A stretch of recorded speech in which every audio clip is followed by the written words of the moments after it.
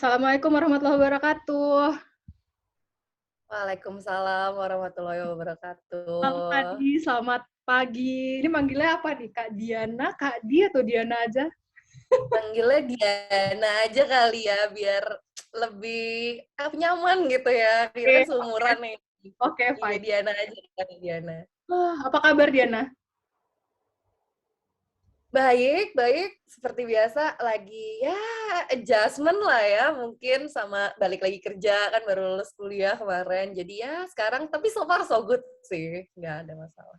Alhamdulillah, senang dengarnya. Jadi, Alhamdulillah. mungkin bisa perkenalan dulu kali Diana ya? Maksudnya, Diana dulu latar belakang pendidikannya S1 di mana, terus Hmm, sekarang kegiatannya apa, terus mungkin juga dulu waktu, kan ini topiknya scholarship talks nih. Diana dulu hmm, hmm. dapat apa dan ke negara mana dan kampusnya apa? Monggo. Boleh, boleh. Ya, jadi halo semuanya, subscriber-nya Anis, yang suka mantengin YouTube-nya Anis, halo semuanya, dan semua teman-teman yang sekarang lagi nonton videonya.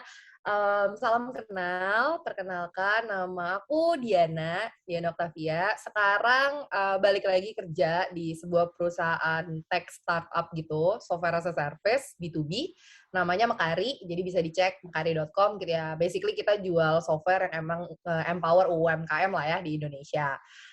Sebelumnya waktu itu sama-sama dari Lampung sama Anis, kebetulan nih teman SMA sama Anis. Jadi kita satu Iya, SMA.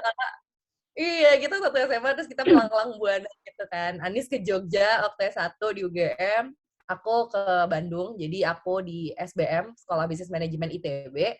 Habis itu lulus 2015, waktu itu masuk 2012, lulus 2015. Habis itu baru banget nih kemarin lulus, alhamdulillah, dari University of Warwick di UK. Kotanya sih di Coventry namanya. Dan alhamdulillahnya lagi, kebetulan banget dan rezekinya banget, kemarin sempat dapat Chevening Scholarship gitu sih. Jadi sekarang aku part of Chevening alumni karena udah lulus juga. Dan ya kemarin waktu di University of Warwick, di Warwick ngambil jurusannya e-business management. Gitu mungkin ya perkenalan singkatnya ya. Gitu oke. nih. Thank you perkenalannya, Kak. Terus, mungkin kita langsung masuk aja kali ya, Kak, Kak, jadi gue manggil lo Kak Boleh. lagi nih. Aduh, Diana, jadi kayak sorry ini sorry. nih. Jadi, Iya, iya, kemungkinan ini, eee, scholarship talks untuk episode kali ini itu bakal dibagi jadi 3 bagian. Yang pertama itu dari part pembukaan dulu, terus nanti ada part yang ngebahas lebih detail tentang beasiswa Chevening sendiri, dan part yang terakhir yang ketiga itu live in UK gitu. Nanti boleh. oke, sekarang kita masuk ke part pembukaan nih, Diana. Kenapa memutuskan buat sekolah S2? That's the million dollar Gimana? question gitu. Pembukaannya lumayan nih ya pertanyaannya ya. Nggak kenapa nih kalau di kita tuh kayak critical question gitu, mulainya start with why gitu kan. Jadi That's kayak, the root kan, kenapa uh, sekolah S2 gitu. iya itu. Jadi sejujurnya pas awal tuh aku sama sekali pas lulus S1 maksudnya ya, nggak pernah kepikiran apakah aku mau lanjut S2 atau enggak gitu. Karena sejujurnya bukan belum pernah ya, tapi belum punya bener-bener nih kayak goal ke depannya tuh apa selain kerja gitu. Jadi kan kalau dulu mungkin kebayang lah nih kan kayak baru lulus kuliah, semua orang udah pada internship, semua orang cari kerja gitu kan. Kita kayak apa ya, anxious gitu, kita kayak FOMO, aduh kita juga mau kerja gitu. Jadi fokusnya bener-bener cari kerja gitu. Terus akhirnya 2016 itu aku start kerja di startup ini, dulu namanya Slicker, sekarang jadi Mekari. Jadi udah di situ dari 2016 dan ngerasa into tech business banget gitu, into startup banget gitu, into this kind of business gitu dunia ini. Terus personally aku juga kayak pengen gitu. Akhirnya kayak along the way karena dulu di SBM juga sempat kayak ikutan organisasi yang kayak ngajar gitu.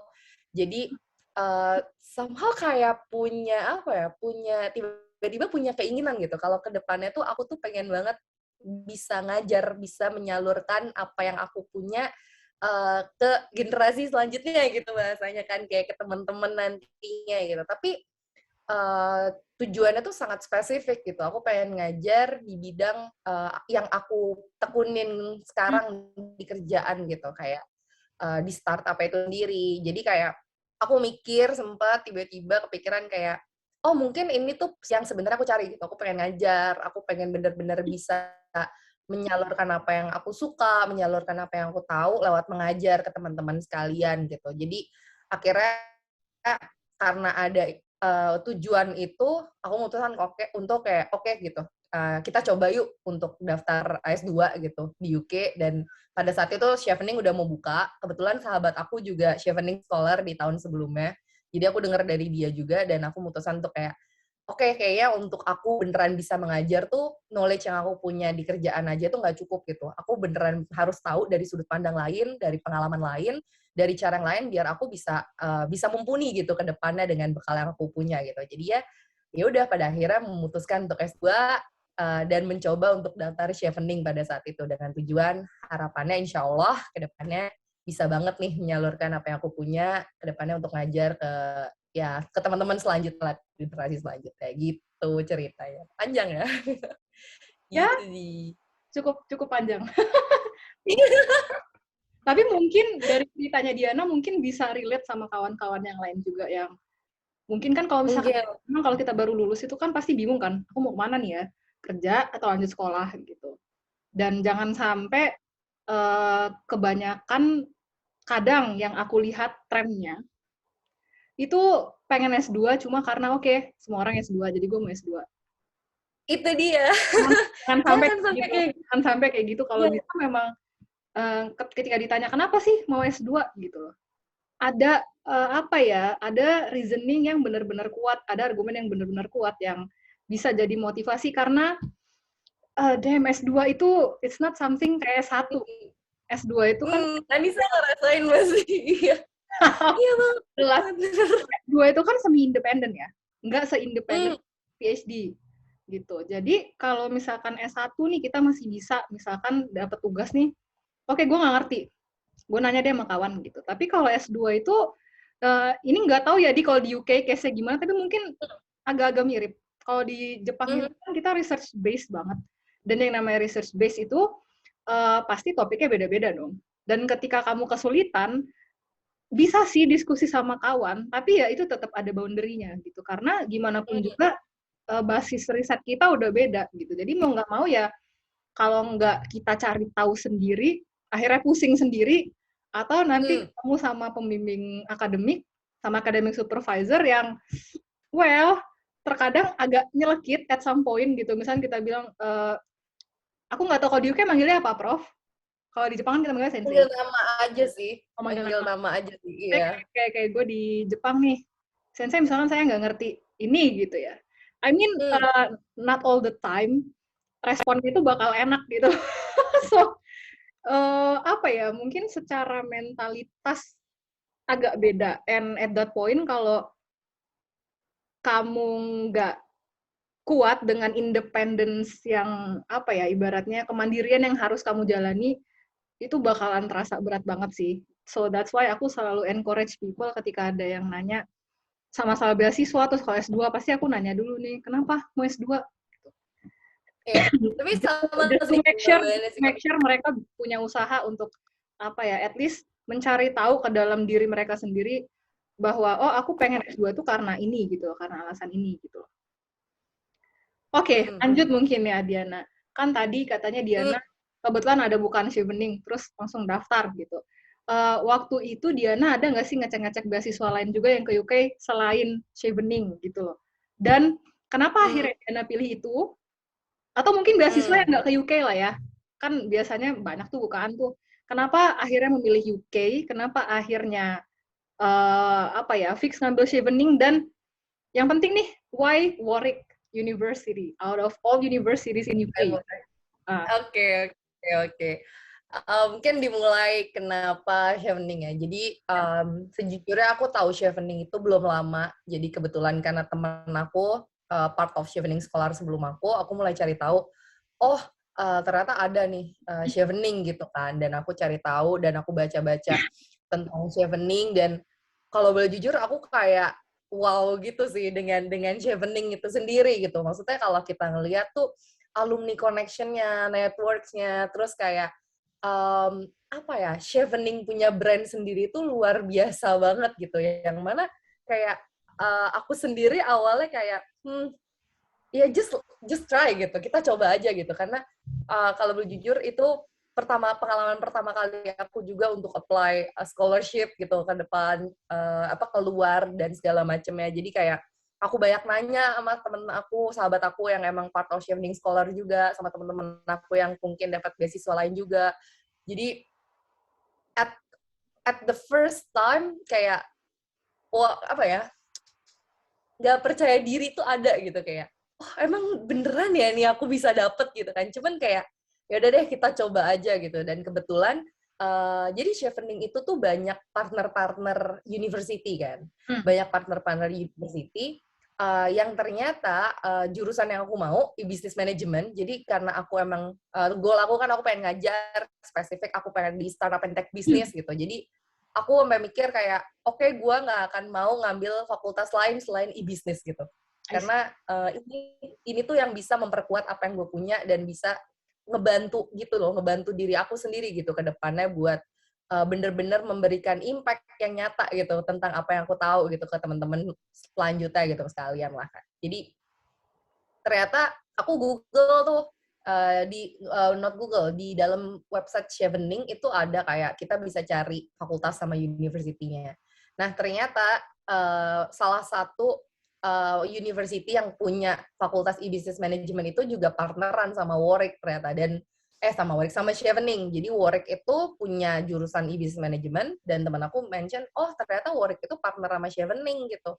Terus aku kayak, wah ternyata bahkan scholarship ini nggak cuma dari sisi scholarship-nya juga gitu, ternyata dia partneran sama banyak university, which means kayak, oh ternyata connection-nya nggak cuma dari scholarship-nya, tapi juga didukung dari uni-uni yang lain gitu. Dan bukan cuma Warwick aja, ada beberapa uni lain yang memang juga partneran sama Chevening gitu.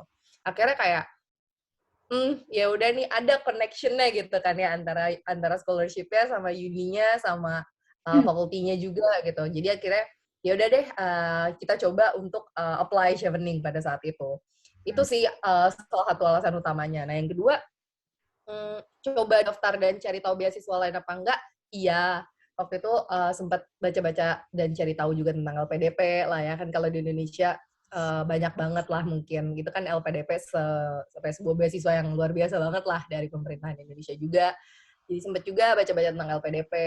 Terus karena sebelum kepikiran bakal sekolah ke UK itu, kepikiran mau sekolah di Aussie, jadi sempat kayak ngecek AS juga gitu. Cuman waktu itu kelewatan gitu kan ya, AS kan di tengah tahun, terus kalau Chevening kan di akhir tahun kan, jadi pas AS itu kelewatan gitu, mau coba apply udah lewat gitu kan. Ya udah deh Chevening dulu, nanti baru next year-nya kita coba AS. Jadi aku juga sempat consider Aussie sih pada saat itu. Cuman kalau boleh jujur, pada saat aku udah kayak mikir, oke kita apply Chevening, kita apply Warwick gitu, ya udah gitu. I gave my 100% gitu ke situ gitu. Jadi fokus Bener, aku udah gak cuma kepikiran lagi sama yang lain ya? Pokoknya nggak kepikiran, jelas nggak kepikiran cari tahu, cari segala macam tuh cuman buat Chevening dan Warwick gitu. Pada saat itu gitu sih. Alhamdulillah keterima ya? Alhamdulillah, itu rezeki luar biasa. Itu jujur sampai sekarang juga masih nggak percaya sih sebenarnya. Well, but it happened. But it happened though. So, yeah. Exactly. But apa ya, it feels surreal nih, kayak bisa beneran kayak sekarang gitu. Dan ya alhamdulillah banget lah, itu berkah yang luar biasa banget juga sih. Gitu. Tadi udah sedikit dibahas masalah proses untuk kenapa akhirnya Diana memutuskan untuk ngambil UK, ngambil Warwick, dan kenapa memutuskan seleksi beasiswa Chevening ya. Mungkin sekarang kita mulai masuk ke bagian beasiswa untuk lebih detailnya. Jujur aku nggak tahu banyak sih di soal masalah Chevening Scholarship ya. Dalam artian, apakah Chevening Scholarship itu hanya memberikan beasiswa untuk S2 aja, gitu. Dan itu beasiswa source-nya itu dari mana, gitu. Mungkin Diana bisa sedikit ngasih info tentang Chevening Scholarship itu apa sih gitu. Boleh. Jadi Chevening itu adalah beasiswa yang diberikan langsung oleh UK government. Jadi namanya Foreign and Commonwealth Office, Foreign Commonwealth and Development Office, atau biasanya kita sebut sebagai FCDO. Nah, jadi Chevening ini memang originally dari UK government, dan sebenarnya adalah spesifik apa ya, aku bisa bilang kriteria gitu ya, emang untuk si Chevening ini. Dia memang khusus buat S2, dan di UK itu S2 kan cuma setahun ya. Jadi emang range scholarship-nya tuh akan hanya setahun. Kayak gitu. Jadi kalau misalnya, bahkan kalau kita baca di dalam Chevening itu sendiri, ada bukan beberapa sih, kayak contohnya aku ambil contoh yang real lah ya, kayak MBA gitu. MBA itu dia nggak di-funding 100%. Jadi ada gap-nya gitu nih. Jadi dia nggak, misalnya kita dapat MBA, habis itu kita dapat Chevening gitu. Akan ada sisa sisa tuition fee yang nggak akan di-cover. Kayak gitu. Jadi kayak, nah, sisa tuition fee ini teman-teman, teman aku ada yang mungkin dapat dari beasiswa lain juga bisa sebenarnya, atau misalnya dapat emang punya kemampuan untuk itu juga nggak masalah. Jadi kalau misalnya ditanya kriterianya, bukan kriteria, tentang si Chevening sendiri ini simpelnya lah ya. Simpelnya satu, itu memang dari UK government, dari FCDO tadi, memang bener-bener funding by UK government. Tapi source of fund-nya tuh bukan cuma dari UK. Aku bilang tadi ada kayak partnership, itu partnership-nya ada dari university, ada dari company juga gitu. Dan kebetulan aku juga part of Chevening partner lah ya. Jadi aku nggak fully funded by Chevening. Jadi aku justru source of fund aku tuh dari Warwick University sendiri gitu. Jadi aku adalah aku partner scholars gitu di Chevening-nya. Kayak gitu sih. Dan cuman untuk S2 iya, dan cuman karena S2 di UK jadi kurun waktunya hanya tahun. Mungkin itulah singkatnya lah ya tentang si Chevening itu. Mungkin tadi gitu Diana nyebut masalah range beasiswa sama 1 tahun ya. Tapi kan kalau namanya sekolah tuh kan kita nggak mungkin efektif 1 tahun ya. Misalnya kayak S2, iya, betul. kalau di Jepang kan S2 2 tahun. Kan nggak mungkin 2 tahun itu efektif. Mungkin kalau di ini mungkin cuma 18-19 bulan. Nah, itu apakah Chevening itu memberikan, maksudnya hitungan full 1 tahun atau hitungan efektif kuliah? Kalau ditanya itu efektif kuliah. Jadi kan kalau misalnya ingin kayak Anis lah. Anis kan pertama, aku kurang tahu juga di Jepang kan. Kalau misalnya pertama tuh kan kita kayak ada start date sama end date, ya nggak sih? Exactly. Ada nggak sih? Ada. Ya kan, start date sama end date gitu kan. Nah, jadi di dalam Chevening juga nantinya tuh di di letter of acceptance-nya itu bakal ada start sama end date. Nah, jadi si scholarship range-nya itu bakal sesuai sama start sama end date gitu sih biasanya. Jadi kayak official-nya. Cuman kan kayak Anis bilang lah, pasti ada ya kayak bukan glitch ya, kayak case-case yang kita nggak bisa duga gitu ya misalnya ke depannya. Nah, cuman biasanya si Chevening ini bakal lumayan, bukan saklek ya bahasanya ya, karena kita di awal udah punya range of study-nya nih, study period-nya, start sama end date, nah dia akan mengikuti itu nih, itu sih. I see. Terus apa lagi ya? Mungkin ke persyaratan ya, Di. Persyaratan. Ada beberapa beasiswa yang aku tahu, tapi kayak aku pernah ngebaca satu beasiswa yang dia khusus untuk kayak worker ya, dalam artian untuk daftar beasiswa ini kamu harus punya pengalaman kerja minimal 2 atau 3 tahun. Dan itu S2. Aku nggak tahu apakah itu case yang sama dengan Chevening. Nah, ini nih yang kadang-kadang jadi bukan jadi loophole ya. Jadi sesuatu yang kadang-kadang lupa gitu sama ini. Jadi kayak aku geri banget tuh sama Nisa. Jadi kalau misalnya teman-teman nih viewersnya Nisa sekarang lagi emang dalam masa nyari scholarship atau nyari S2 atau nyari apapun, bener-bener harus dibaca persyaratan yang bahkan kadang-kadang menurut kita kayak kita udah punya gitu. Sesuatu yang kayak kan mungkin kalau yang akan kita liatin biasanya kayak IELTS-nya berapa, IPK-nya berapa gitu kan, yang common, iya kan, common kriteria yang semua punya. Itu common requirements kayaknya semua beasiswa pasti punya itu. biasanya akan ditanya pertama tuh, IPK-nya berapa minimumnya gitu kan, atau kayak IELTS berapa gitu nggak sih, Nis? Iya, Nah, betul. kalau Chevening itu punya satu persyaratan yang nggak bisa diganggu-gugat, itu pengalaman kerja gitu. Jadi, Oke. mungkin bukan official employment period gitu ya. Jadi kayak harus tanda tangan full timers gitu, enggak. Kayak Jadi sebenarnya freelance volunteer bisa? freelance Freelance bisa bisa? bisa bisa bisa freelance gitu-gitu tuh dihitung gitu, dan mereka ngitungnya hitungan jam. Jadi aku Oh. ingat banget pada saat daftar itu ada kolom berapa jam kita bekerja kalau nggak salah. Jadi aku kayak ngitung juga manual gitu, dan itu nanti bakal ada sebelahnya juga kayak job desk segala macam. Nah, it's very crucial gitu. Jadi kalau misalnya kita belum punya kayak apa ya, digampanginnya sih 2 tahun dijumlahinnya.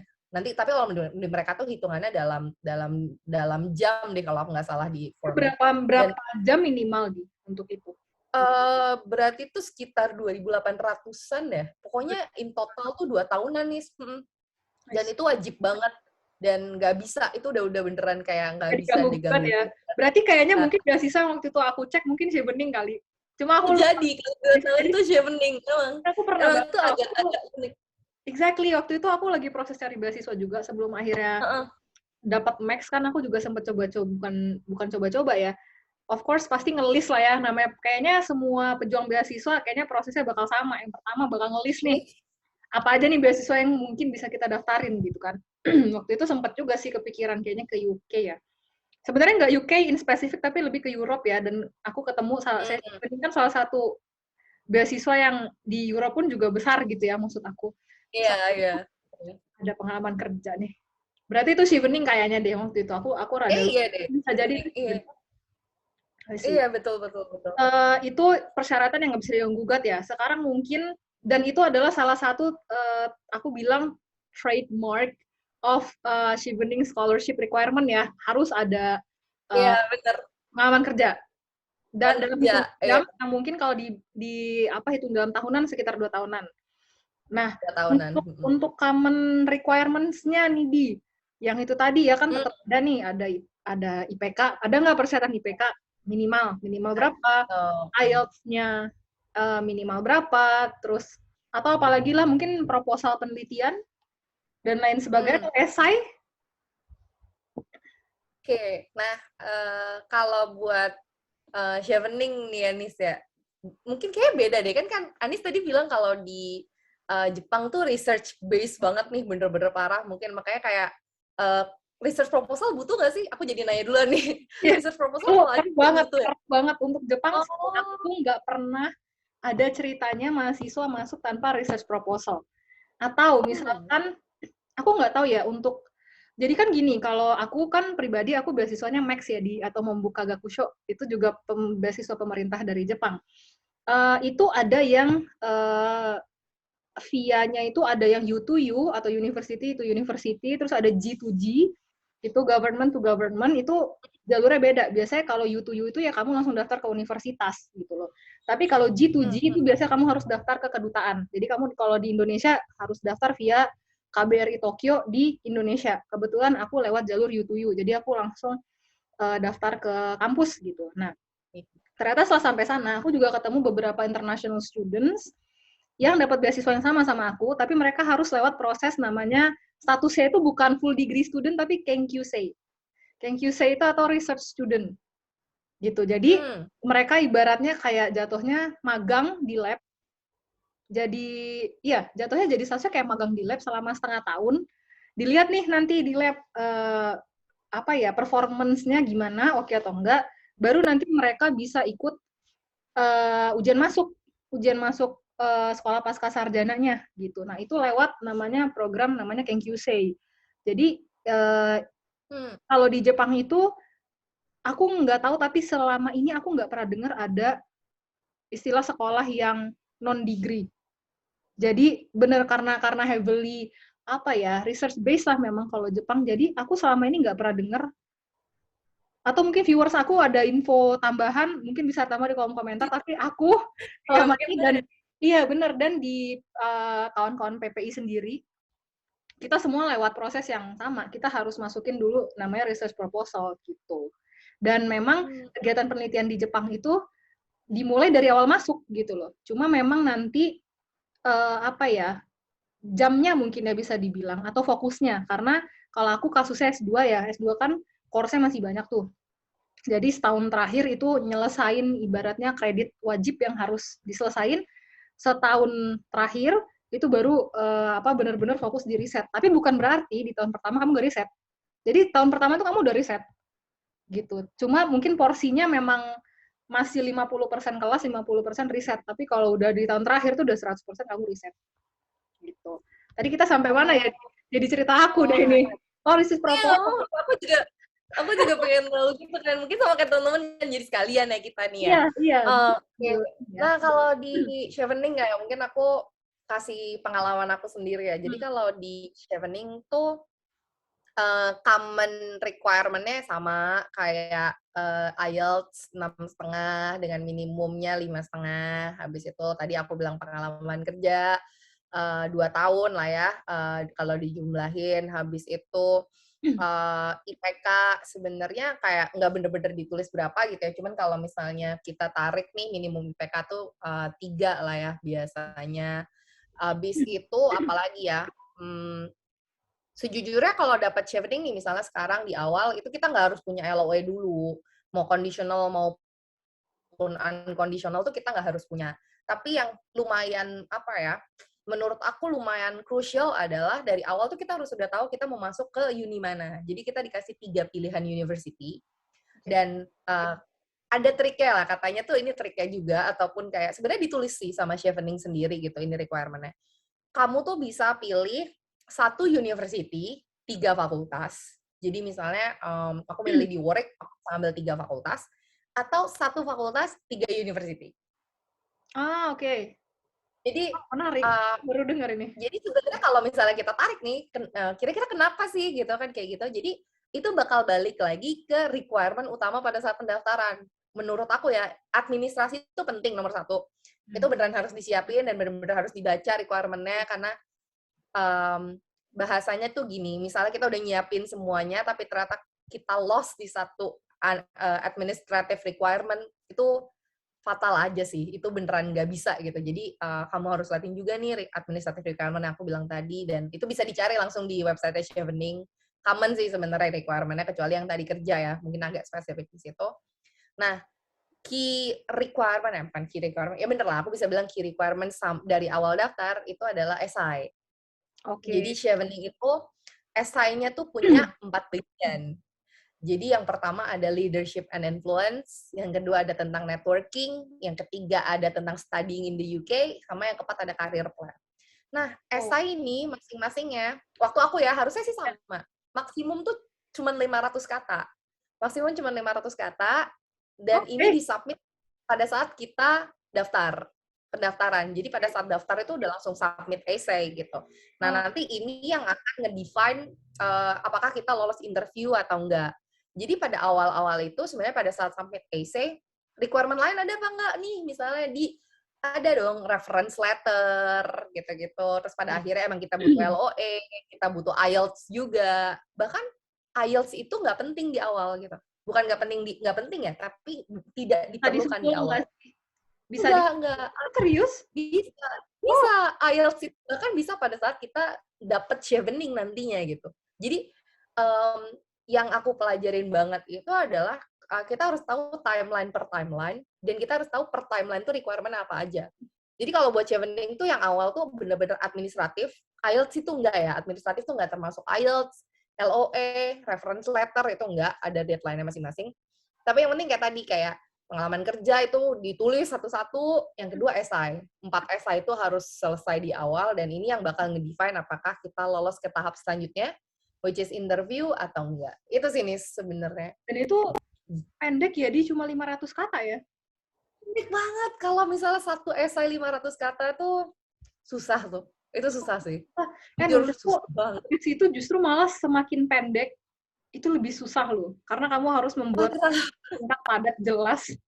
Padahal Parah. alat banyak banget, aduh kita mau nulis ini, kok nggak kuat ya, gitu nggak sih? Wah, aduh. Kayaknya ngerasa kadang PR. itu introduction aja tuh udah bisa 200 kata sendiri loh. Nah, iya, Iya habis nggak sih? lewat banyak. Iya kan? Bener, bener, bener, bener. Dan Itu ini tuh, harus aduh, lumayan bener-bener bisa di sih. apa ya, dipadatkan jadi 500 kata yang berbobot. Iya, iya. Itu susah sih memang.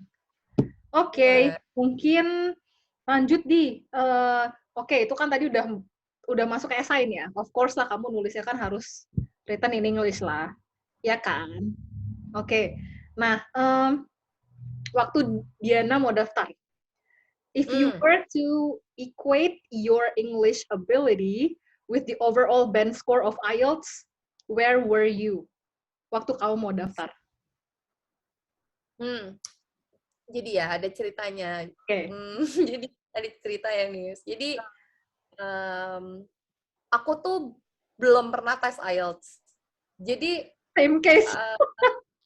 iya, Same case. pengalaman aku daftar Chevening itu hampir semuanya adalah the first of everything gitu. Jadi scholarship pertama, daftar kampusku S2 pertama gitu.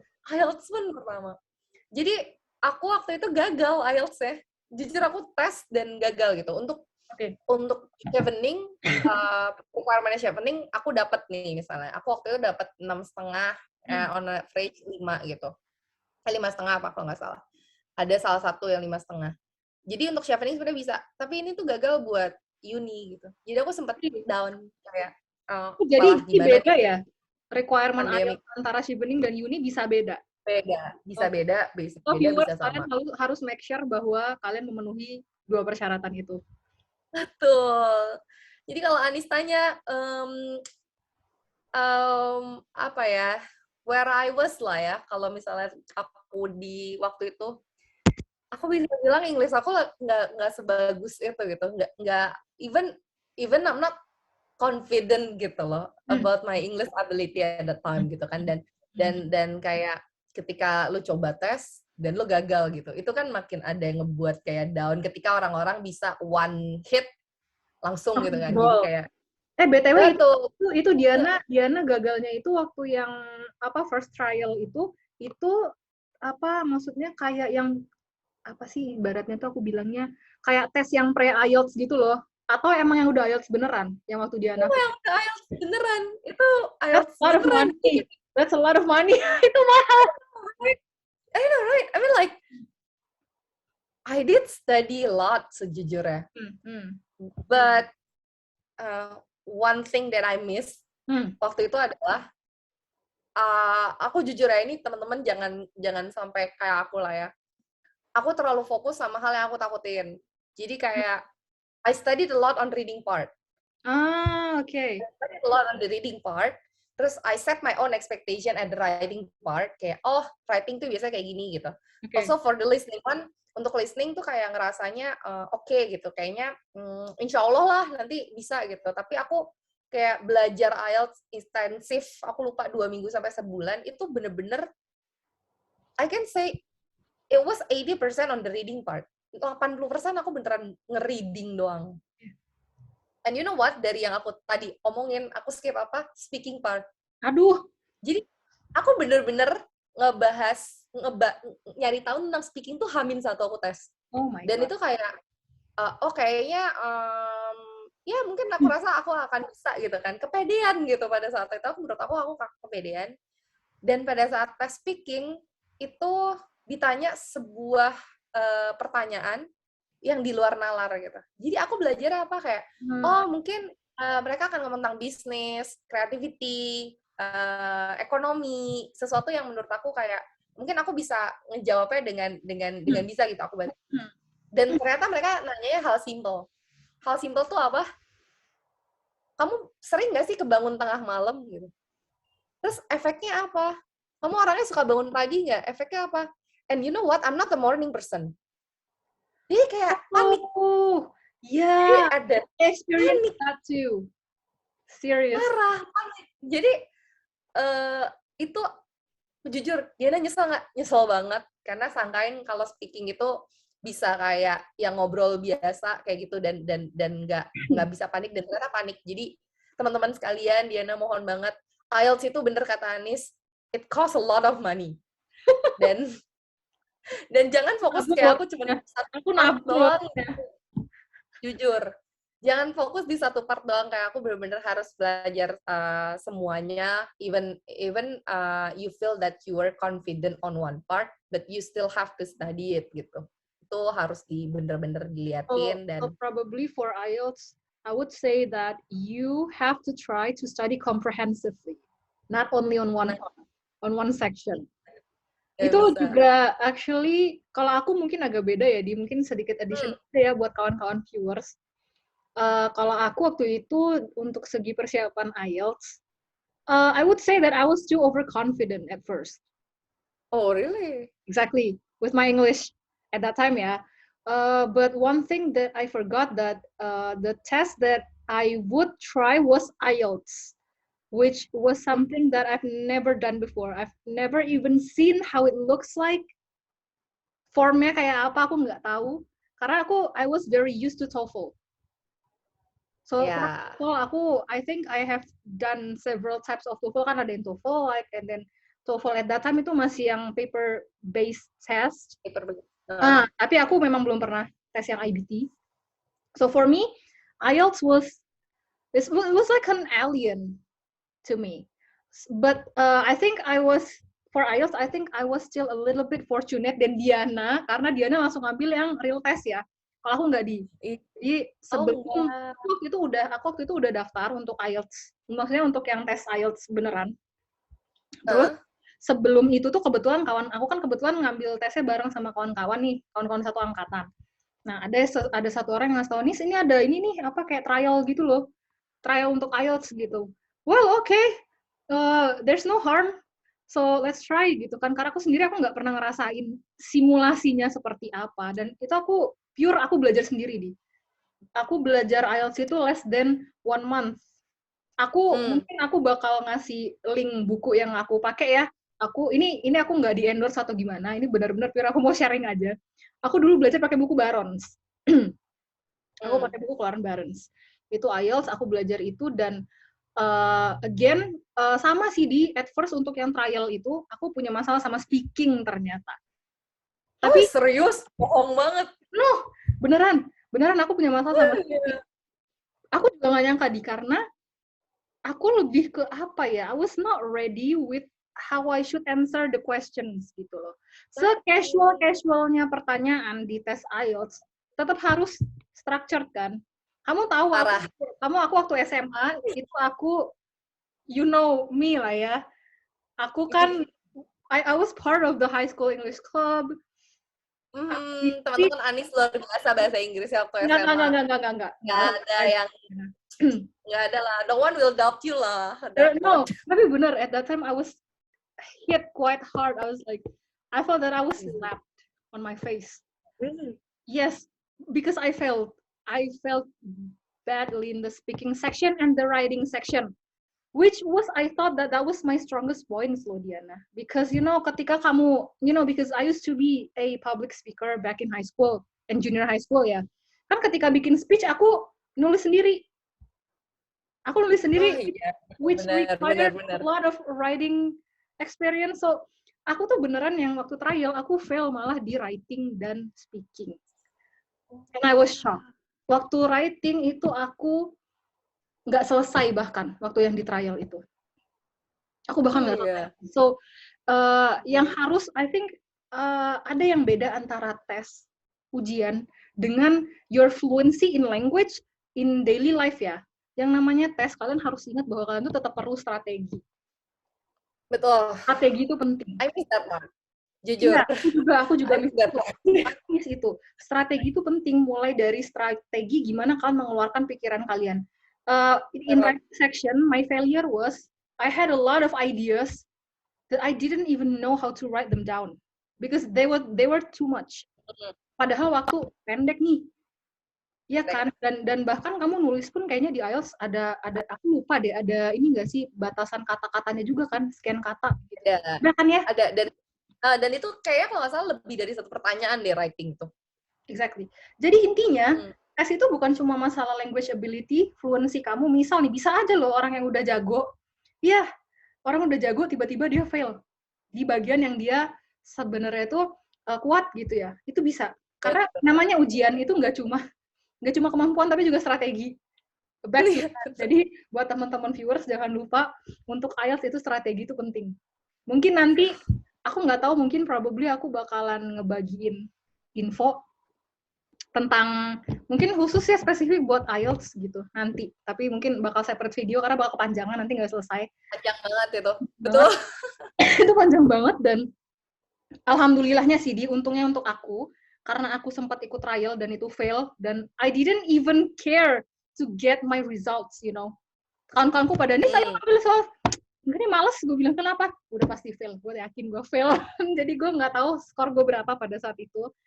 But aku ngerasa beruntung karena aku sempat ikut trial. Aku jadi tahu nih bahwa aku nggak ada strategi untuk ujian. Jadi sisa waktu yang ada itu sebelum ujian yang real IELTS testnya itu, aku benar-benar fokus di how to strategize. Gimana caranya ide-ide aku tuh bisa tertuang dengan baik. Baik itu secara tulisan maupun lisan gitu.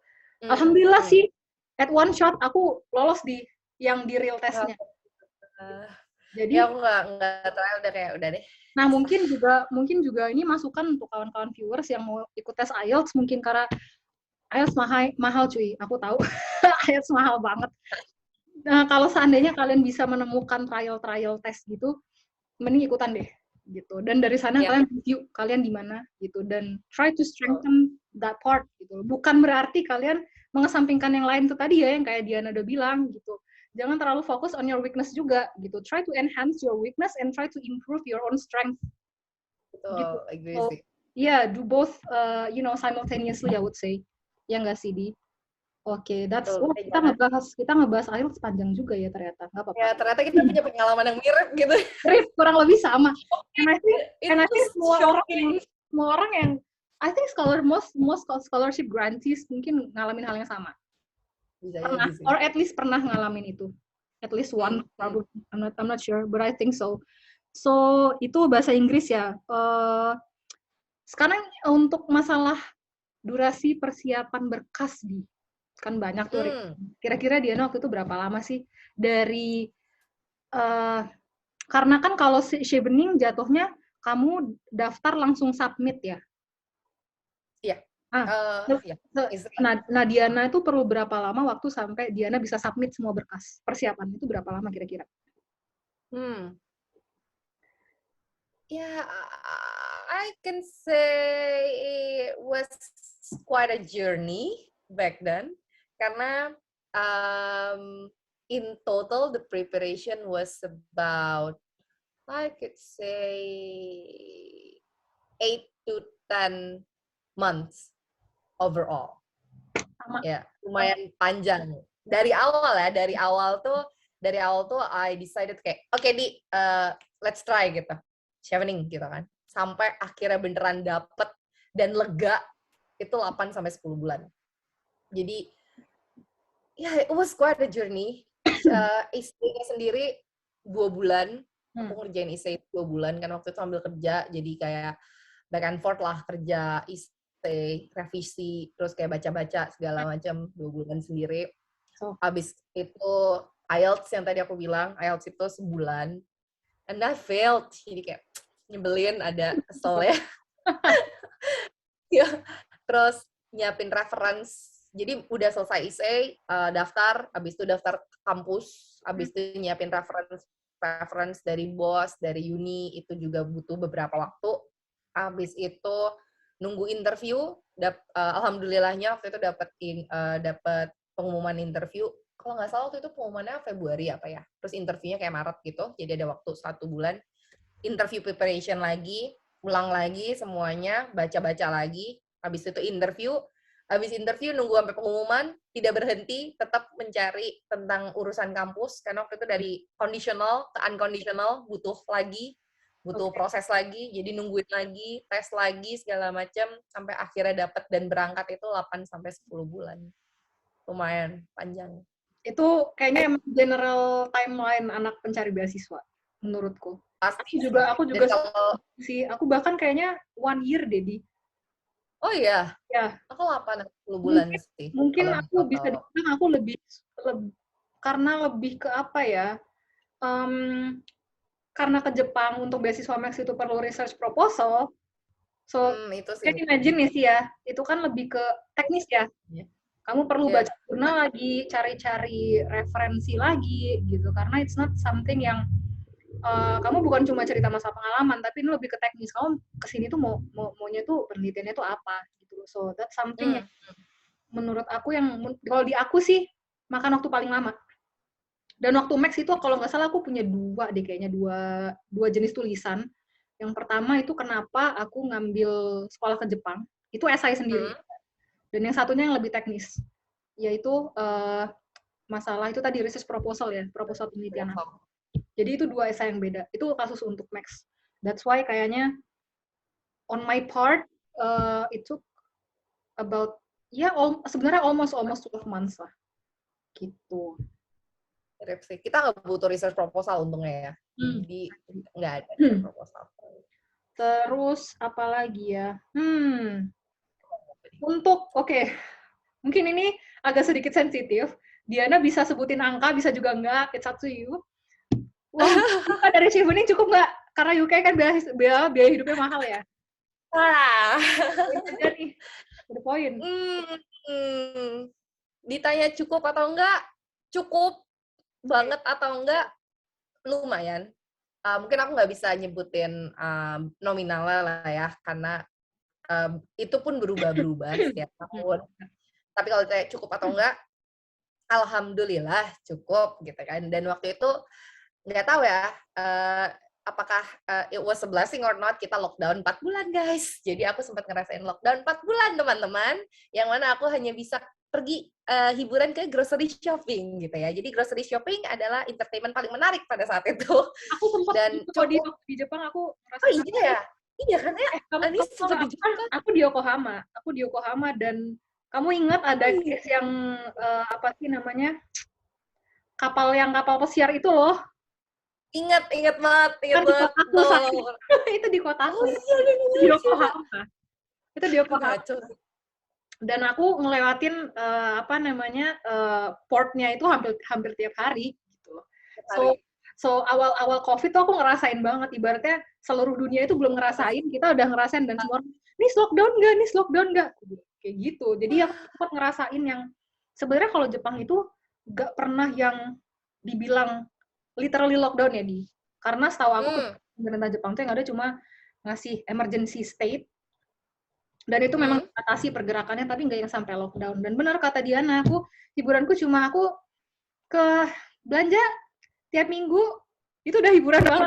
Itu udah hiburan. Hiburan paling menarik yang dilakukan pada saat lockdown 4 bulan. Karena di dormitory pun kita dibatasin, yang tadinya di common room kita bisa ngobrol, sekarang nggak boleh. Itu kalau manajer lihat tuh kita pasti dibubarin. Nggak boleh ngumpul-ngumpul gitu. Nggak boleh banget. Rasain sih aku memang. Aduh, it was really an experience sih, dan kayak lockdown 4 bulan. Jadi ada nabungnya juga kan ya, nggak kemana-mana gitu. Tapi technically kalau misalnya, anggaplah kita nggak lockdown ya, skenario-nya normal life, kan waktu itu kan lockdown-nya berhenti, terus akhirnya dibuka semua, dan nggak normal lah ya, kayak kita ngejalanin hidup normal. Ditanya cukup apa enggak, cukup, tapi memang harus benar-benar diatur dari sisi apa, tidak boleh boros. Dengan cara apa? Memasak. Itu plus and minus point. Aku setuju itu. Karena kan groceries di UK, surprisingly itu nggak semahal itu. Groceries, really? ya. Maksudnya, kayak makanan-makanan yang sebenarnya tuh, menurut aku, makanan nyamannya kita lah. Soalnya kan kita cannot lie, we are part of minority lah ya, minority society di sana. Kita bukan orang kayak di Indonesia, kita jalan dikit warteg gitu, lu bisa makan warteg dengan nyaman, lu jalan dikit ketemu, lu bisa GoFood gitu. Enggak, di sana beda banget. Jadi untuk dapetin comfort food itu kita harus masak juga sebenarnya, ya sesuai selera. Nah, plus poinnya itu satu, kalian dapetin comfort food, dan yang kedua hemat. Nah, cuman emang minus poinnya kalau misalnya masak kan jadi kayak butuh waktu buat masak, segala macem gitu. Jadi sebenarnya kalau ditanya cukup apa enggak, cukup banget, tapi ya emang harus diatur pengeluarannya, jangan terlalu boros dan masak. Sisanya mah aman. Oke kok. Lanjut Groceries di sana oke. lanjut dari makanan nih. Halal food susah nggak dicari? Halal food ya? Nah, kebetulan saya hidup di Coventry namanya. Jadi, Warwick itu agak unik ya. Jadi sebenarnya kita punya daerah namanya Warwickshire, tapi Warwick itu tidak ada di Warwickshire. Warwick itu ada di Coventry. Nah, Coventry ini menurut aku nyari halal food susah atau gampang, aku bisa bilang mudah sih, gampang lah ya. Jadi ada satu, bahkan ada satu supermarket, ini aku tarik deh, nggak usah halal food dulu, halal meat deh ya. Halal meat yang emang kadang-kadang nggak common gitu ya, kalau misalnya kita cari di luar ya. Jadi ada satu supermarket namanya Morrisons. Morrisons itu kalau di sini kayak hypermart lah ya, aku bisa kabarin. Itu dia ada satu section untuk halal food, halal meat. Jadi ada tulisannya. Jadi di situ tuh halal meat gitu. Bahkan ada satu section emang isinya tentang untuk halal food kayak gitu tuh ada. Dan toko-toko halal butchery gitu-gitu tuh banyak di Coventry. Karena di Coventry sendiri itu lumayan banyak lah ya menurut aku warga muslimnya di sana gitu. Jadi waktu itu aku juga sempat kayak kita sholat di park gitu. Kita dapat tempat di park waktu sholat Id segala macam. Jadi mungkin aku bisa bilang ramah banget lah buat muslim gitu ya waktu di Coventry. Dan jangankan misalnya itu kan kita ngomongin tentang bahan masak halal gitu ya. Kayak daging kayak gitu tuh ada di sana, butchery segala macam tuh banyak. Nah, kalau misalnya kita mau makanan yang udah saji gitu, kan kadang-kadang orang nyari makanan halal food gimana sih? Maksudnya makanan halal food ya. Halal food sebenarnya gimana sih? Kalau kita search di Uber gitu, itu bahkan kita ada kayak option gitu untuk halal food gitu. Terus kayak di beberapa tempat emang ada tulisannya logo-logo halal segala macam. Jadi menurut aku tidak sesulit itu. Compared to when I was in Jepang ya, in Japan back then. Aku pernah ke Jepang, waktu itu liburan dan Gimana kamu waktu itu? lebih Gimana kamu waktu itu? lebih nggak kelihatan gitu. Waktu itu aku ke Tokyo ya, common lah ya, common holiday area gitu, Tokyo, Kyoto. Di Di area situ udah alfabetnya beda, ya nggak sih? Kita, misalnya hurufnya kan, hiragana, katakana, huruf Jepang lah ya, basically. Itu akan lebih susah gitu, untuk bener-bener understanding, ya ini ada nggak nih, gitu kan, bahan makanan yang ini, itu lebih susah sih dibanding di UK. Menurut aku UK tuh oke banget sih untuk muslim ya, karena kebetulan aku juga muslim teman-teman, jadi itu oke banget. Aman lah di sana. Nice. Nah, terus ini sih ada pertanyaan kemarin dari aku kan sempat polling tuh di Instagramku, pertanyaan ada beasiswa Chevening itu membolehkan nggak penerima beasiswanya untuk part time job? Kalau seandainya boleh, ada nggak jam maksimalnya? Oke. Boleh apa enggak? Boleh banget. Salah satu menurut aku yang menurut aku luar biasa dari Chevening ya. Chevening itu sangat ngedukung health and well-being. Jadi misalnya kamu ngerasa part-time job itu bisa ngebantu kamu segala macam, nggak akan dilarang. Jadi tidak ada larangan kita nggak boleh do part-time dari Chevening itu sendiri. Nah, tapi yang perlu digarisbawahi adalah secara visa itu juga kita cuma boleh kerja kalau nggak salah tuh maksimum 20 jam seminggu. Jadi on average tuh satu hari tuh cuma boleh efektifnya 5 jam berdasarkan visa. Nah, kalau ditanya bisa apa enggak? Bisa. Teman-teman aku sih kebetulan nggak ada yang part time waktu itu kan, COVID juga ya. Tapi teman-teman aku di tahun-tahun sebelumnya tuh ada kok yang kayak part time kayak gitu dan nggak masalah. Nah, cuman yang harus diliatin tuh apa? Yang harus diliatin adalah justru priority kita sama kuliahnya kita aja gitu. Kalau misalnya kita rasa kita bisa nih ngebagi waktu dan prioritas dengan baik, boleh banget, nggak ada masalah sih buat part time kayak gitu. Oke. Cool. Sama sih, Max juga bisa. Dan itu biasanya nanti waktu kita pertama kali di bandara tuh ya, biasanya jalur anak-anak Max ini migrasinya lain di. Kok gitu? Kemana loh? Biasanya langsung ditarik ke bagian ini. Kalau aku nih kasusnya dan kawan-kawan aku yang lain yang Max, sebenarnya nggak Max aja sih, yang beasiswa dari government tuh biasa langsung ditarik ke ruang imigrasi, nanti langsung ditanya. Khususnya untuk yang Max sih, in my case ya, langsung ditanya di ruang imigrasi gitu. Kamu mau part-time job atau enggak gitu. Jadi ditanya gitu, kamu mau part-time job atau enggak, terus nanti langsung di-stamp, plug gitu. Di residence card. Nah, kalau di Jepang itu untuk yang stay-nya, misalkan kayak kita kan student ya, itu nanti langsung dibikinin namanya residence card. KTP lah. Bahasa ini ada nggak di sana? Diana pakai KTP nggak di sana? Ada, aku namanya BRP. BRP. Kalau aku di tempat kita namanya, kalau bahasa Jepangnya namanya Zairyu Kado. Zairyu Card, atau namanya itu, ya itulah residence card itu tadi. Jadi di imigrasi langsung dibikinin, langsung jadi keluar dari bandara, itu kita udah resmi jadi residence-nya Jepang, gitu loh. Dan itu di belakangnya, di belakang kartunya itu, kan di depan, kalau KTP kan kita ada identitas bla-bla-bla segala macam, di belakang itu alamatnya, alamat kita tinggal, terus sama perizinan, boleh nggak kita, part-time job atau enggak, dan langsung di sana kelihatan, sekian jam maksimum, Untuk student, setahu aku sama deh, kayaknya juga 20 jam seminggu maksimal, nggak boleh lebih. 1 jam seminggu? Satu minggu. Maksimal nggak boleh lebih, betul. Aku juga. Sama ya, kurang lebih ya, sebulan lah ya. Aku namanya BRP, dan BRP dapetnya sama. Sama ya kalau kamu. Kalau kita nggak, kalau di Jepang langsung keluar dari imigrasi itu langsung dapat kartu itu, jadi keluar beneran udah dapat. Gitu. Aku nggak langsung dapat, aku nunggu dulu sih waktu itu dapat informasi dari university udah ada notifikasinya baru kita ambil. Gitu. I see. Kalau di aku tuh yang nunggu itu justru malah kayak apa ya? Kartu kerja gitu loh. Jadi ada kartu kerja khusus gitu. Nah itu yang agak lama nunggunya. Karena di Jepang itu semua proses yang berhubungan sama administrasi negara pasti berhubungan sama KTP itu. Jadi susah kalau misalkan kamu nggak punya. Makanya dari awal masuk itu udah langsung jadi. Udah ada ya. Oh iya. Kebayang sih. Kita sih nggak segitu lah. Cuman ya. Bahkan gini loh, aku kan naik kereta tuh. Kan ada harga student price ya? Ya ada, di aku juga ada.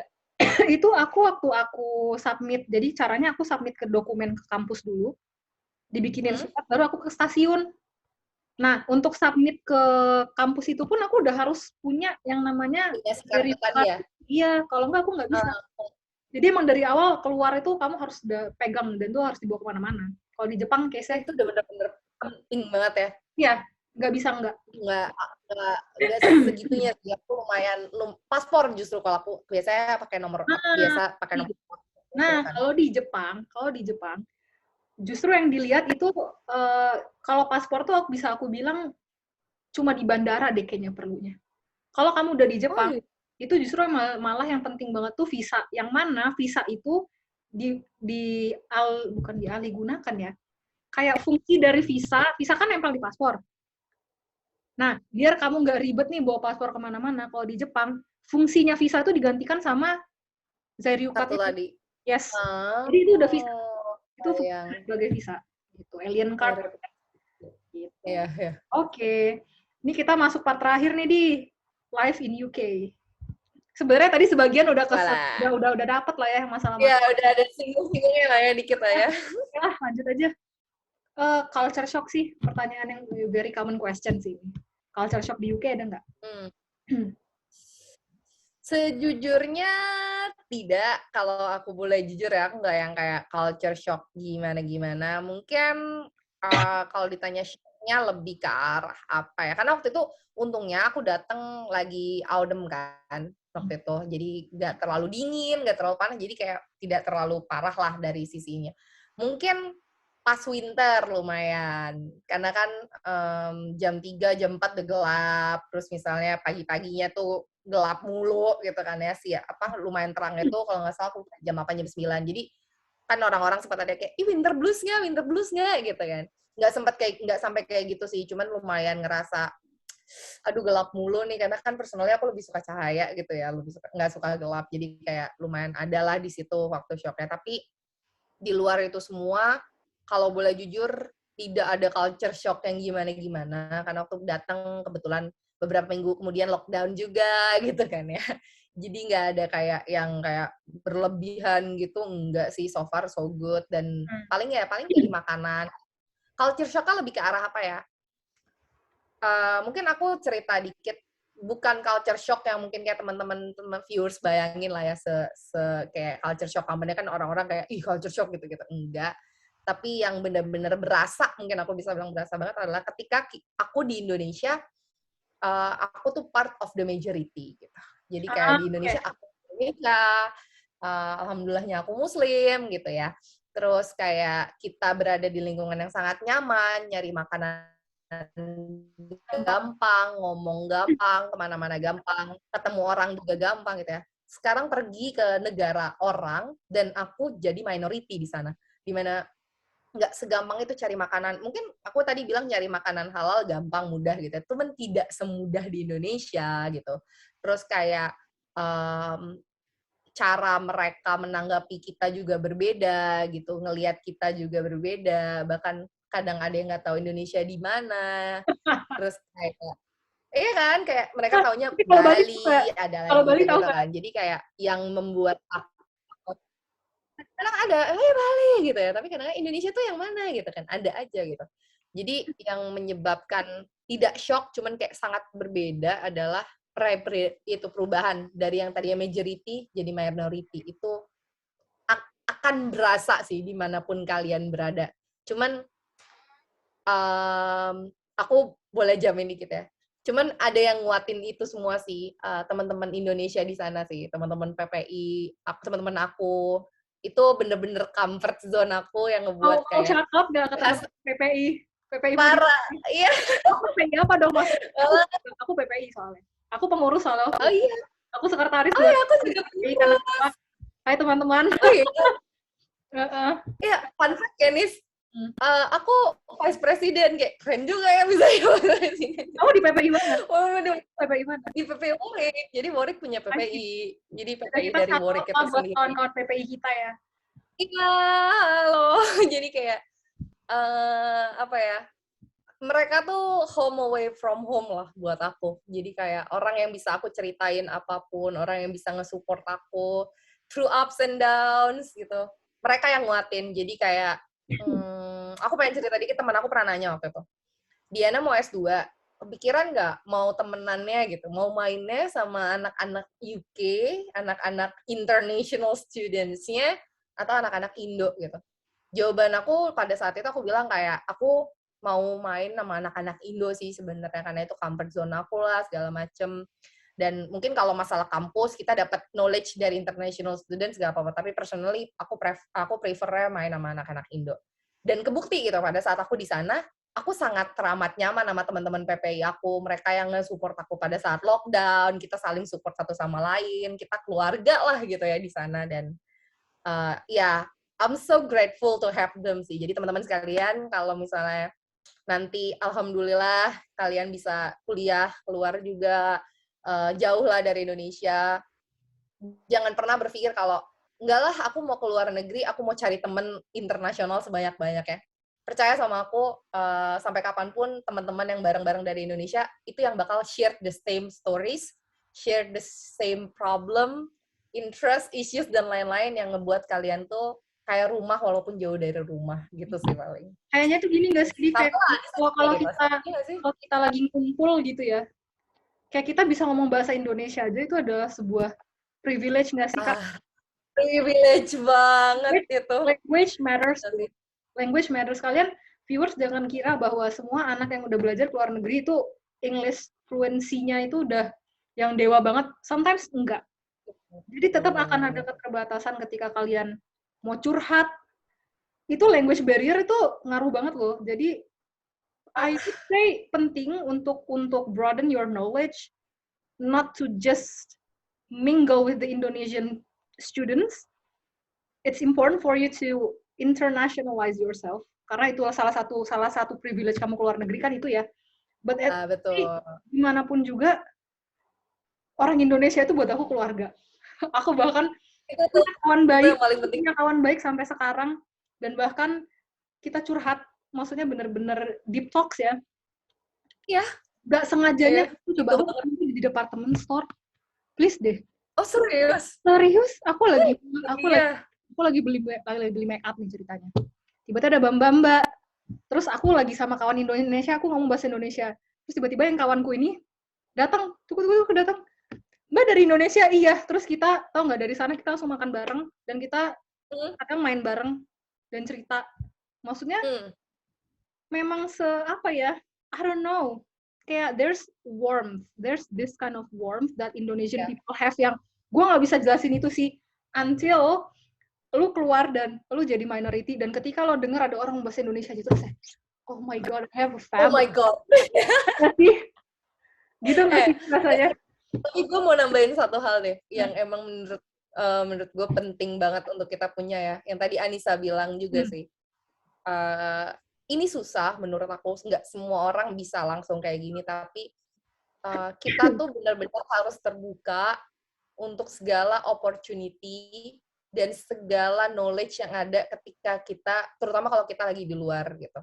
Jadi kayak kalian tuh menurut aku nggak cuma di Indo sih, nggak cuma di luar sih, di Indo pun. Jadi kayak gather knowledge dari siapapun itu penting banget gitu. Cuman you cannot lie, I cannot lie that my comfort zone is my Indonesian friend.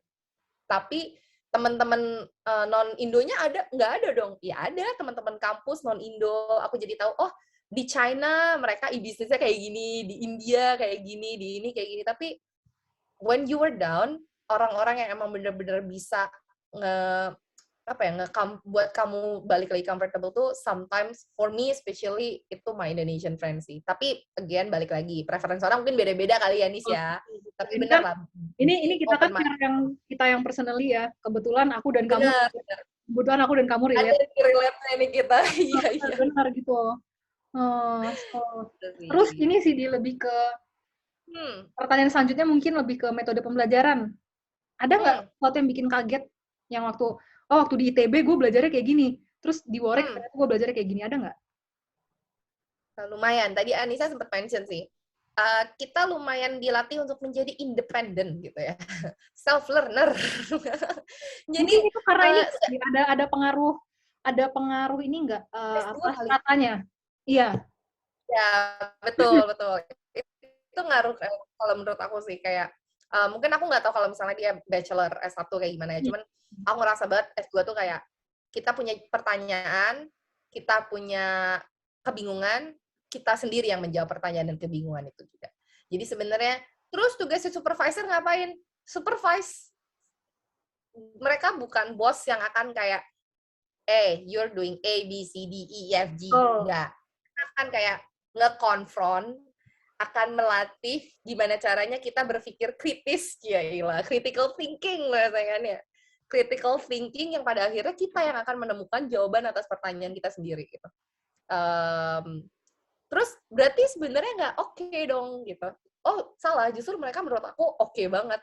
Karena secara nggak langsung, apalagi kalau misalnya kita dapat pembimbing ya, supervisor yang bro banget gitu, alhamdulillahnya aku dapet yang kayak gitu, itu akan sangat-sangat ngebantu kita untuk kayak apa ya, mata kita tuh jadi kebuka gitu, knowledge-nya kita tuh jadi kayak lebih kayak, oh ternyata aku tuh selama ini berpikirannya sempit banget, ternyata ada hal lain yang harus aku pikirin gitu. Jadi itu yang paling beda sih menurut aku. Sisanya ya kayak presentasi segala macam tuh sama. Ya mungkin kalau S2 lebih praktikal aja lah ya. Tapi menurut aku di UK, ini mungkin di S1 juga ya, aku nggak tahu sih kalau bachelor, tapi kayak mirip. Bener-bener dilatih buat critical thinking gitu. Jadi end to end apa ya, way of thinking gitu. That is why aku waktu kemarin tuh nggak ada ujian nih. Jadi semuanya aku essay.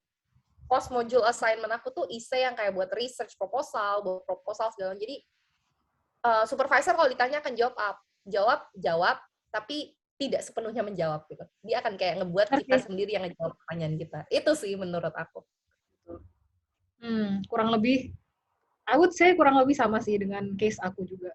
Sama ya, iya kayak gitu Kurang deh. lebih Jadi kan bisa. S2. Ya. Itu pengaruh strata juga deh kayaknya. Mungkin kalau Iya, S3, iya, betul. kalau yang aku Itu lihat sih. ya, kawan-kawan S3 tuh justru malah lebih lepas lagi. Ngerti nggak sih, kayak academic Ya. supervisor itu paling cuma nanya, oke, udah sampai mana progresmu? Gitu. Kayak gitu deh. Emang Iya, dilatih buat berpikir kritis aja gitu. benar-benar. Terus gini sih, apa yang paling berkesan selama di UK buat Diana dan bikin kangen? Oh, banyak. Apa tuh? Apa ya? Kalau aku disuruh mention beberapa hal ya terkait apa yang paling aku kangenin itu adalah di UK itu banyak banget taman, banyak banget open space, yang dimana itu adalah privilege yang luar biasa buat aku. Kamu Dan aku pernah sangat suka. ini ngomongin taman ya. Aku sering banget Hmm. kalau posting lagi foto di taman. Balik dari kampus nih ceritanya, cuma numpang lewat doang karena ada taman bagus, terus bunganya kalau lagi spring kan bagus banget ya. Bunganya Bagus mekar banget. semua. Aku posting Itu dan ada yang ngomong, "Nis, lu sekolah atau jalan-jalan?" Pernah ngerasain nggak? gitu, kayak jalan-jalan terus gitu ya. Padahal tuh enggak. Enggak, Itu tuh, aduh, numpang lewat. open space tuh menurut aku ya, karena apa ya? Ketika kita stres gitu di sana, ketika kita lagi puyeng, penat gitu, kita keluar aja, keluar ke taman, muter-muter, duduk, atau misalnya kalau kamu suka lari, ya lari gitu. Atau emang cuman sekedar duduk, dengerin lagu, ngeliatin di taman aja, Bengong itu aja kadang kalau bengong, serunya duduk, parah. duduk bengong gitu. Parah, itu udah oke banget. Itu yang paling aku kangenin sih, dan Masih. ya kalau boleh jujur kan di sana udaranya bagus ya, jadi mantap banget gitu. Itu satu, cuaca dan taman sih. Yang kedua, dessert. Aduh, dessert di sana enak banget kan ya. Croissantnya gitu, bakery-nya kayak itu lumayan kangen. Cuman ya di sini ada lah yang enak kan, di sini comfort food kita juga ya. Cuman ada aja bedanya gitu. Sama cannot lie, I really miss my postgrad life sih. Kayak for me it was like a dream, a one-year dream. Dan aku nggak bisa ngulang itu. Jadi kalau ditanya hal apa yang paling aku kangenin, mungkin dibalik kali, yang paling kangenin adalah kehidupan selama di sana. Jadi teman-teman sekalian nih, teman-teman viewers Nisa, kalau misalnya insya Allah alhamdulillahnya nanti dapat pengalaman Amin. untuk bisa dapat keluar, amin gitu ya. Embrace it lah. Bener-bener live to the fullest, karena kita nggak akan bisa ngulang itu lagi.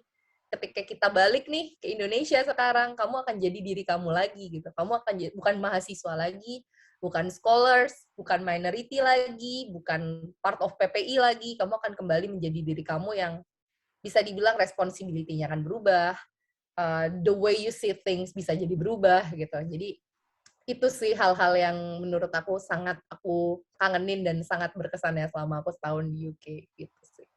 Nice. Itu dari experience ya, Di. Kalau dari apa ya? I would say personal value, ada nggak additional personal value or some sort of mindset yang berubah setelah kamu sekolah di UK? Yang berubah ya, aku jadi apa ya, mungkin aku ceritain tadi karena yang tadinya dari majority jadi ke minority gitu ya. How I appreciate things itu berubah. Kayak kalau aku boleh diceritain apa yang paling buat aku berubah, jadi gini, setahun kemarin itu it's not just about gaining a degree, obtaining a degree gitu. It's not only about that, but it's more into apa ya, knowing yourself better. Ada part itu gitu. Dan yang paling berubah secara value adalah gimana aku appreciate sesuatu dan being grateful aja terhadap sesuatu. Jadi kayak hal apa ya, yang paling aku sadari adalah being grateful is the key of everything. The key for me untuk kayak aku bisa legowo, aku bisa living the life, aku bisa getting better, itu adalah ketika aku bersyukur terkait apapun yang aku dapatkan gitu, baik buruknya gitu ya. Ini agak sedikit ke value ya jadinya ya. Karena di sana tuh sesimpel makan makanan Indonesia ya udah enak banget gitu. Iya, iya, Misalnya ya. bener. Ya kan, ketemu sambal gitu. Atau misalnya kayak ngobrol sama teman-teman Indo gitu, sesuatu yang kayak oh bisa jadi pada saat di Indo tuh I took it for granted gitu. Ternyata itu adalah sesuatu yang luar biasa ketika kita pindah ke sana. Itu satu sih menurut aku tentang appreciation and being grateful. Yang kedua tentang how I see things differently aja, karena di sana tuh bebas banget. Bebas tuh artinya kayak kamu bisa ngeliat apapun lah, segala macam jenis orang I know what you mean. ya kan, dari semua belahan dunia, dari semua perspektif point of view. Nah, nggak bohong itu akan ngerubah mindset kita yang harapannya hopefully itu akan menjadi lebih baik gitu. Intinya kayak being open-minded itu juga, kalau terlalu open-minded kan jadinya nggak baik ya. Jadi kita sekarang jatuhnya kayak nge-balancing lah antara apa yang ada di pikiran kita dan apa yang reality yang ada di lingkungan sekitar. Mungkin hal itu sih, 2 hal utama yang berasa banget ya bedanya setelah balik ke sini gitu sih. Nice, sama Itu sih. nggak sih? Ini Betul, aku juga, I mean, as simple as denger suara azan aja ya. Karena wah, Nis. itu sesuatu yang gue kangenin banget di serius. Rasanya gue kalau di Jepang itu ya, gue bahkan sampai kayak bikin schedule sendiri, tau gak sih? Saking gue kangen masjid, gue kangen suasana masjid, gue kangen denger azan itu. Gue 2 minggu sekali atau sebulan sekali, itu gue pasti menjadwalkan untuk mampir ke Tokyo Chami. Chami ya? Ih, Gue pasti menjadwalkan itu gitu. Itu kan jauh ya sebenarnya dari Yokohama, dari tempat aku tinggal itu sekitar 1,5 jam. 1,5 sampai 2 jam untuk sampai ke Tokyo Chami. But it was worth the journey. Kayak gue kalau udah masuk ke dalam masjidnya, jangankan udah masuk ke halaman masjidnya aja tuh rasanya tuh kayak gue udah, wah ya Allah, gue bisa masuk masjid lagi gitu. Dan gue biasanya kalau di sana tuh gue stay dari zuhur sampai maghrib sih. Jadi bener-bener gue fullin di sana, kayak cari kesempatan buat sholat berjamaah gitu. Kayak itu something yang gue sama di Indonesia, lu bayangin kalau denger azan, bahkan kadang kita ngobrol, kita masih denger lagu waktu azan bunyi. Ya nggak sih? So, waktu gue di sana gue bener-bener appreciate suara azan. At least waktu gue di sini gue mencoba nih ya, gue nggak bilang gue yang alim-alim gimana gitu, enggak. But at least karena gue udah menjalaninya loh, jadi minority gitu di sana. Apalagi gue pakai hijab kan this is even more like apa ya, rigid statement gitu lah. Hey, you know what, gue Muslim gitu loh. Jadi waktu di sini sampai gue Indonesia, kalau seandainya pada saat azan gue nggak bisa mensegerakan diri untuk ibadah, at least gue diem dan gue mendengarkan. Karena itu something yang gue tidak rasakan waktu gue di Jepang. 2 tahun gue nggak ngerasain itu. Betul. Itu pertama kali gue datang, kan waktu itu kan gue datang karantina kan. Betul. Karantina, waktu itu sempat karantina. Aku kebetulan dapat 3 hari. Terus tiba-tiba azan. Itu gila men, gue nggak denger itu lama banget gitu ternyata.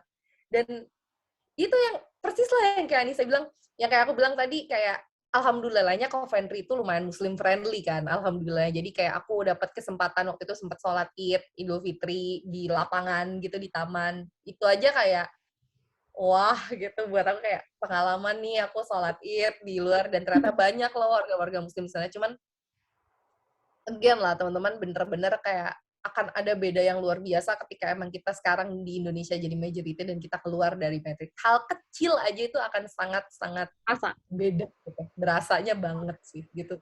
Gue setuju banget, relate. I can totally relate 100% with that. Asli. Aduh. Terus ini sih ini kan karena special condition ya. Special condition dalam artian kita lagi ada di masa pandemi. Untuk masuk ke UK, walaupun kamu scholarship grantee nih ya, ada nggak persyaratan untuk self quarantine, dan in particular dari Chevening Scholarship nge-cover nggak untuk biaya quarantine itu, atau kamu harus sedia sendiri? Oke.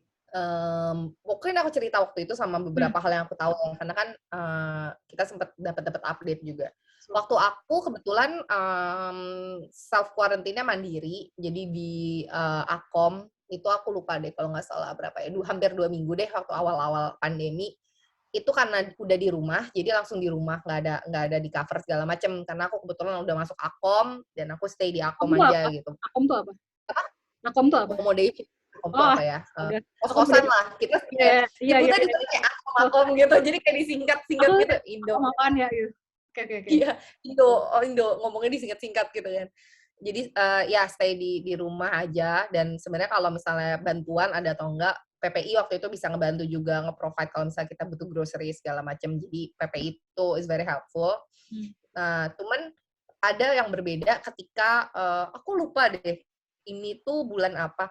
Pada saat UK lagi tinggi-tingginya banget deh kalau nggak salah, atau Delta varian lagi parah-parahnya yang Indonesia sampai masuk red list. Pas Indonesia masuk red list, itu kalau kita harus kuarantin. Dan kuarantina harus di hotel. Dan itu biasanya tergantung, aku tuh waktu itu Chevening aku nggak tahu nge-cover atau enggak. Karena kan posisinya kita semua udah berangkat kan. Jadi kita semua udah berangkat. Dari sana. Jadi kita nggak dapat itu. Cuman yang aku pengen share adalah teman-teman yang dari Warwick. Jadi teman-teman S1 atau S2 S3 yang pulang dan kembali ke UK dan harus quarantine, itu di-cover 100% sama Warwick. Jadi Yang nge-cover Warwick, yang nge-cover Warwick. Jadi aku bukan. nggak cerita Chevening ya untuk ini ya. Oh, oke. Bukan. Karena kan Chevening kan teman-temannya udah anak-anak Chevening udah pada di UK nih. Oh, I see. Oke, Dan oke. in the middle of study period ya kan. Nah, waktu itu lagi Delta varian sehingga cover di ini tuh di-cover full sama Warwick waktu di sana. Teman-teman aku tuh di-cover sama Warwick. Itu pada saat berangkat dari Indo ke UK ya. Nah, pada saat kepulangan aku harus karantina kan di Indonesia sekitar kayak 3 hari, teman-teman aku yang 7 hari, ada yang 5 hari. Aku juga butuh biaya nih untuk karantina di Indonesia. Nah, alhamdulillahnya biaya aku juga di-cover sama Chevening sih. Jadi the point is sebenarnya Chevening dan university sendiri di UK itu lumayan suportif sih urusan kayak gini, dan sebenarnya the key-nya adalah just in case kita ngerasa itu lumayan terbeban atau misalnya kita ngerasa kita butuh bantuan, ngomong aja ke uni atau ngomong aja ke Chevening-nya, insya Allah mereka akan ngebantuin. Jadi pada saat aku ke Indo di cover sama Chevening, teman-teman aku yang ke UK, walaupun mereka bukan Chevening, itu di cover sama Warwick juga sih pada saat itu. Gitu sih. Itu untuk case Warwick ya, Di. Pernah nggak dengar cerita dari uni lain? Apakah mereka juga di cover sama uni? Case-nya beda-beda. Ada yang di cover, most of them di cover. Tapi beda-beda. Ada yang mungkin covernya di limit kalian nih ya, misalnya berapa. Okay. Ada yang enggak. Jadi kayak case-nya lumayan beda-beda sih. Tapi setahu aku Warwick tuh waktu itu pada akhirnya jadi lumayan full cover. Ada yang dikasih kayak specific amount gitu, beda-beda. Nice. Wow. Baik sekali uni kalian ya. Ada sih, gue juga apa ya, satu hal yang sangat gue apresiasi dari University di UK adalah terkait mental and health well-being yang gue bilang tadi, itu mereka sangat-sangat suportif, luar biasa. Aku kayak jempol banget deh buat hal itu. Keren banget, terutama Warwick lah ya. Gue sangat sayang sama Warwick karena mereka sangat bener-bener. Lu kayak sayang sama aja, gue sayang sama Warwick. Iya nih, gue kayak salah satu keputusan terbaik gue adalah ya Warwick sih, salah satunya gitu. Jadi alhamdulillah baik banget gitu. Itu sih. Terus ini sih Di, mungkin untuk closing statement, pesan untuk teman-teman yang sedang jadi pejuang beasiswa, apa? Oke. Ya buat teman-teman semua yang emang sekarang lagi dalam proses mencari dan untuk kayak pendaftaran dan segala macam ya. Mungkin Anissa bilang pejuang beasiswa. Kalau misalnya aku dikasih pesan gitu ya buat teman-teman sekalian, aku pengen bilang ini sih, kayak satu, tidak menurut aku tuh akan ada waktu yang terbaik buat kita semua gitu. Jadi kalaupun kita belum berhasil gitu ya pada saat ini atau pada bulan ini, pada detik ini gitu kan, bukan berarti kita akan terus-terusan gak berhasil gitu ke depannya. Bukan berarti kayak kita down, kayak udahlah, this is not my thing gitu. Enggak, justru kayak you have to get up, balik lagi, kamu harus bisa berjuang lagi, karena menurut aku semua tuh akan punya waktunya dan di saat yang tepat gitu. Dan itu tidak bohong, it happens to me, dan mungkin aku juga loh buat Anissa gitu kan. Ini exactly based on my real experience gitu. Nggak akan ada yang tahu terkait apa yang ke depan. Jadi jangan pernah menyerah ya. Mungkin kalau orang-orang bilang klise deh, nggak pernah menyerah, tapi it is true gitu, karena kamu akan punya waktu yang terbaik buat kamu di semua hal yang kamu lakuin. Itu yang pertama sih. Dan yang kedua, mungkin additional ya, Di, apa tuh? Yang masalah ditolak beasiswa, ini additional aja. Ini salah satu member kita sendiri kok di PPI Kanagawa, dan beliau adalah seorang akademisi, udah certified academician ya. Beliau gagal beasiswa hampir 10 kali. Dan kayaknya beliau itu baru kan yang, dan beasiswa itu kan ada limit, age limit ya. Beliau itu diterima di akhir age limit loh. Oh iya? Yes. Segitu kuatnya rasa ingin beliau belajar. So, benar klise, tapi buktinya banyak. Iya, itu dia sih yang aku pengen banget nekanin itu, kayak tiap orang tuh bakal beda-beda banget, teman-teman semua bakal beda timingnya, beda orang-orangnya, beda garisnya mereka seperti apa. Jadi just believe on yourself, dan ini klise banget tapi ini yang bener ya. Usaha dan berdoa tuh penting banget. Jadi harus balance gitu ya. Terus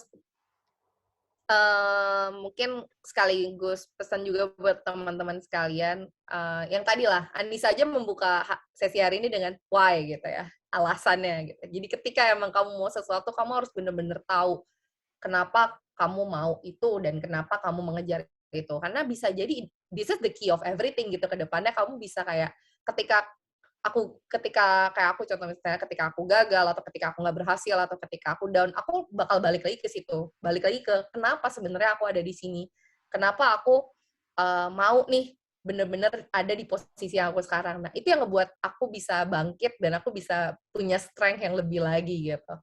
Dan yang ketiga, apa ya, be open to any kind of information dan dari siapapun gitu. Cari tahu sebanyak-banyaknya, ngobrol dengan banyak orang, approach mereka aja, ajak mereka ya ngobrol-ngobrol kayak gini, atau dengan dari situ kamu bisa tahu sebenarnya apakah ini bukan sih yang sebenarnya aku mau, atau ini bukan sih caranya dengan tepat. Nah, jangan limitasi informasi yang kamu dapatkan. Itu sih mungkin. Sisanya ya seperti yang ada di Google, belajar IELTS jangan lupa, dan teman-temannya. Cuman kalau aku bisa summarize 3 hal itu sih yang paling utama buat teman. So, good luck. I wish you a good luck. Bener-bener buat teman-teman sekarang yang lagi jadi pejuang beasiswa, pejuang S2, S1, S3, dan lain-lainnya. 100% sure pejuang akan ada pendidikan time general. baik. Iya, akan ada hal baik di waktu yang terbaik buat teman-teman sekalian. Gitu sih. Setuju. Oke, terima kasih Diana. Kita lumayan panjang ternyata ya. Panjang ternyata, banyak banget. Ternyata. Semoga bermanfaat buat teman-teman. Bermanfaat untuk teman-teman. Kenapa alasan aku juga, sebenarnya aku tuh udah banyak dapat request kenapa Kak bikin ini dong, tips beasiswa segala macam. Cuma tuh biasa aku tuh ngerasa bahwa aku bakal lebih bisa giving a more insightful information ketika aku punya dialog gitu loh. Makanya aku ini lebih pengennya itu aku berdialog sama kawan-kawan atau ya relasi-relasi yang memang punya pengalaman sekolah di luar, dan itu tadi aku jadi bisa ibaratnya kayak ngasih insight, oh kalau aku dulu di Jepang kayak gini nih gitu. Itu juga bakal bisa untuk viewers lebih mudah untuk bikin comparison gitu. Oh, kalau di Jepang gini, kalau di UK gini. Next, aku belum tahu nih guestnya dari mana. Mungkin teman-teman bisa ngasih saran untuk misalkan aku ngobrol dengan guest yang dari negara mana. I don't know. Walaupun aku sebenarnya udah punya guest list yang bakal aku wawancarain, tapi nggak apa-apa, teman-teman bisa tetap ngasih saran, mungkin ngasih di kolom komentar. Untuk Diana, makasih banyak Diana sharingnya, pengalamannya. Iya, thank you banget Anissa dan teman-teman juga. Thank you banget untuk konten ini, bermanfaat. Semoga konten kita bermanfaat ya. Gitu. Amin, bermanfaat ya. Good luck. Once again, good luck for you all. Terima kasih Diana atas waktu dan ilmunya, of course. Terima kasih kembali. Oke, sampai jumpa kembali. Dadah. Dadah. Thank you ya Diana. Ya, thank you nih. Assalamualaikum.